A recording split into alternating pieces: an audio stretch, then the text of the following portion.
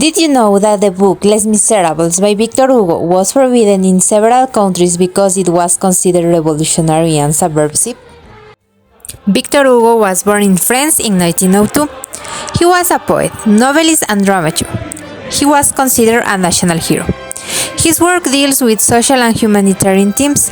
He was influential in French literature and politics of the 19th century. He is the author of well-known works such as the Notre Dame de Paris and Les Miserables. Les Miserables tells the story of Jean Valjean, an ex-convict seeking redemption after 19 years in prison for stealing bread.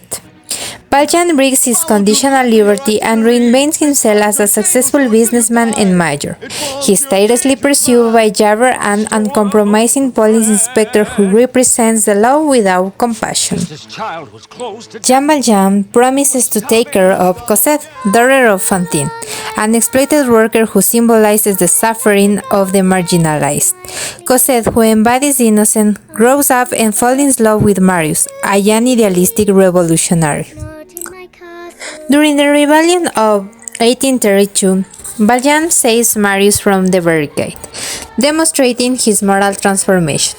At the barricade, Jean Valjean has the opportunity to take revenge on Javert, but decides to let him go. Javert, unable to reconcile Valjean's kindness with his rigid view of justice, commits suicide. For his part, Jean Valjean confesses his past and dies in peace, surrounded by Cosette and Marius, having achieved his redemption. Les Miserables is a book that we should all read, as it remains relevant in addressing issues still present in our society. The novel portrays poverty in 19th century France, reflecting the current global inequality where 1.1 billion people live in poverty while the richest 1% accumulate huge fortunes.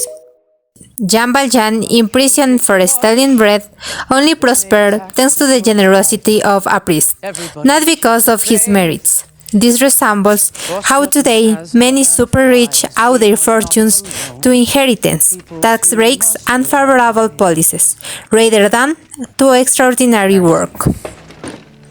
The novel also introduces characters such as Marius, a privileged young man who recognizes the injustice of the system, and Javert, who blindly defends an unequal social order. Those archetypes continue to exist in our society today, where some fight against inequality, where others perpetuate it.